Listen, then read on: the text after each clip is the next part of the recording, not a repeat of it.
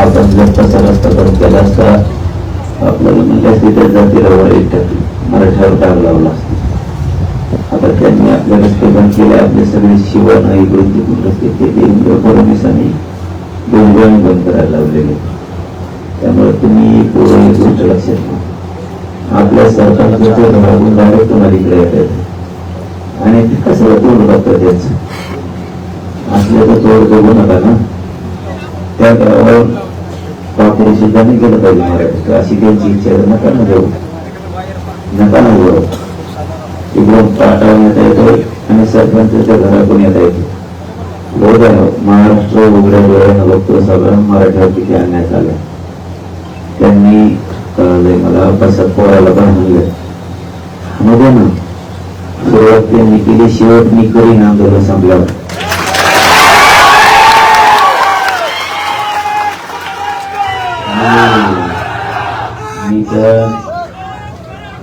मी पण ओरिजिनल मराठीचा अवगत आहे. त्यांच्या नाही शेअर करणार. बीड करा तुम्ही, हा मारा आंदोलन संपुष्ट एकदा मराठ्याला आरक्षण मिळते. राजे आले एवढे मोठे, त्यांनी सोबतच येते. मला 2 शिकत बोलला, पण तुम्ही काही विषय काय मला बोलावं लागतं.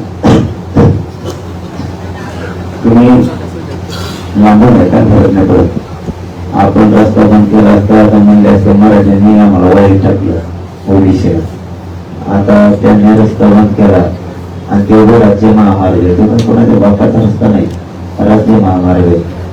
आज 16-17 गावचे येणं बद्दल द्यायची तुम्ही शाळा पॅकेज नाही करायला, कोणाला भाजीपाला जाता येत नाही, कोणाला तूप असले जाता येत नाही. अनेक अडचण निर्माण केल्या त्यांनी. ज्याच मराठ्याने जर केल्या असते असं म्हणले असते मराठी जातीवादी वाईट टाकलं असे काय नाचले असते उभं बांधून.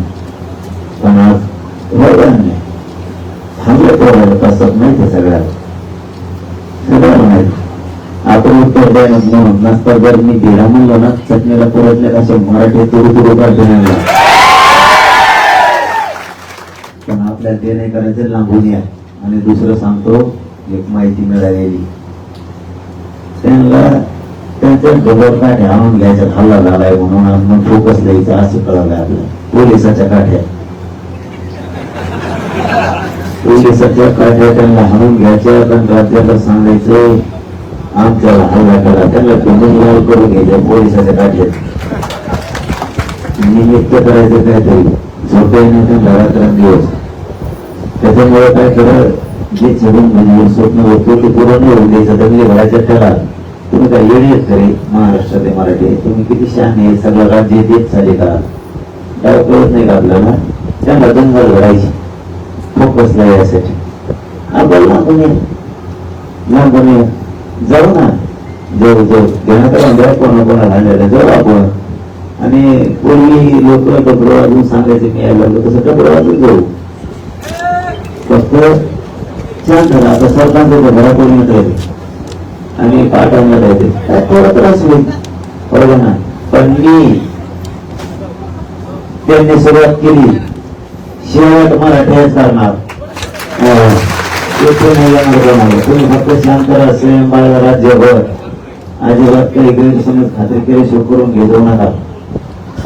आणि मी शेवटचं सांगतो राजसाहेब, आपण उठत नसतो, पाणी घेत नसतो, औषध घेत नसतो, उठत नसतो.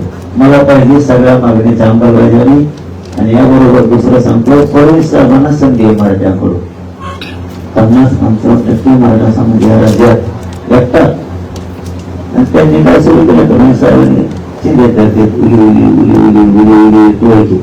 अरे काच कोणाचे टप्पोचा धर्मजवळ कवाचा फायदा होईल ना, पण मागण्या मान्य करणार. म्हणून ही फडणवीस साहेबाला संधी. ते मला म्हणते राजकीय भाषा बोलत नाही. आज 12 दिवस झाले मी राजकीय भाषा बोलत नाही राजे. 12 दिवस झाले पाडापाडी म्हणत नाही, उभा करायचं म्हणत नाही. आणि मी तुमच्या साक्षीनं पुन्हा सांगतो, या समाजाच्या साक्षीनं मला माझ्या समाजात राजकारणात नाही जायचं. आम्ही आरक्षणासाठी एकत्र आलो, आमचं ध्येय आमचे लेकर मोठे करायचे. आता फडणवीस मध्ये राजकीय भाषा बोलतो केली बंद, ते म्हणजे त्यांना फायदा दुसऱ्याचा आहे. अरे तुम्ही द्या ना, तुमचा फायदा होईल ना. आता मागते नाही चटणी काय करते मराठीत लोक तुम्ही फायदा होईल ना तुमचा, पण लोकांना कळत नाही का कोणी फायदा केलाय? राजेने फायदा केला, तर राजेने केला. कोणी फायदा केला की लोकांना वाटतं त्यांनी केला, लोक डोळे उघडे येतात. त्यामुळे फडणवीस साहेबांना संधी आमच्या मागण्याची, सगळ्या मागण्याची अंमलबजावणी करायची. हे 2 दिवसाच्या हातात आता. आणि जर तुम्ही अंमलबजावणी नाही केलं, आपल्या नावाने बोंबलायचं नाही, ओरडायचं नाही, कमून इतके पडले म्हणून येत येऊन येणार नाही. येत हे मात्र मी जाहीर तुमच्या साक्षीने सांगतो, आमच्या अंमलबजावणी करा, राजकारणाचा माती येणे नाही. तुमचं राजकारण जरा पण नाही केलं की आपल्या नावाने ओरडायचं नाही. हे काय केलं? आणि सगळे भाजपमध्ये मराठी सुद्धा बोलायला तो देणार आहे की हो मराठ्याचा मुद्दाम वाटोळ करायला निघाला, एवढंच मला म्हणायचं. आणि ओबीसी मराठा वाद नाहीये, प्रश्न चुकीचे विचारले. ओबीसी मराठा गावखेड्यात एक हे 2-3 नाटक कंपनी साली, नाटक कंपनी छगन भुजबळची एवढं आपली भारती मिळत, त्याला ओबीसी मराठा वाद नाही म्हणत. त्याला मस्ती म्हणतात ना, त्या उत्तरा मिळाल्यात मग ती मस्ती जास्त चालली. चलत आहेत वाडे दिवस. त्यांना PID जाती वाटायला लागल्या सध्या, तेवढे मुद्दाम करायला लागला. त्यांनी 6 महिने आम्ही त्याचं नाव नाही घेतलं, पण त्याला बरीच मस्ती आली वाटतं. ते मराठ्याच्या पोरात त्रास द्यायला लागला, गोदापट्ट्यातल्या आंदोलनातल्या गोदीचा.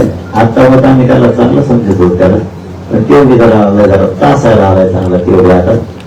त्यामुळे आपण सगळे शांत राहा. मी हाय, मी ज्या ज्यावेळेस हाई म्हणलो त्या ज्यावेळेस तुमचं झालं त्रास होता बदला घेऊन म्हणलं त्यावेळेस घेतलेला आहे. मराठ्यात चांगली खात्री आणि मी घेत असतो. सध्या शांत राहा बरं, सगळे उभं लांबून जा, लांबून मिळवतो. आणि शेवटचं सांगतो, आमची अंमलबजावणी फडणवीस साहेब करा. एक शब्द बोलत नाही, मला काही देणं घेत नाही त्या राजकारणाचं. पण नाही दिलं माझ्या नावानंतर बोंबलणार. 24 ला मराठ्याच्या पोरं बेकारीत बसत नसते.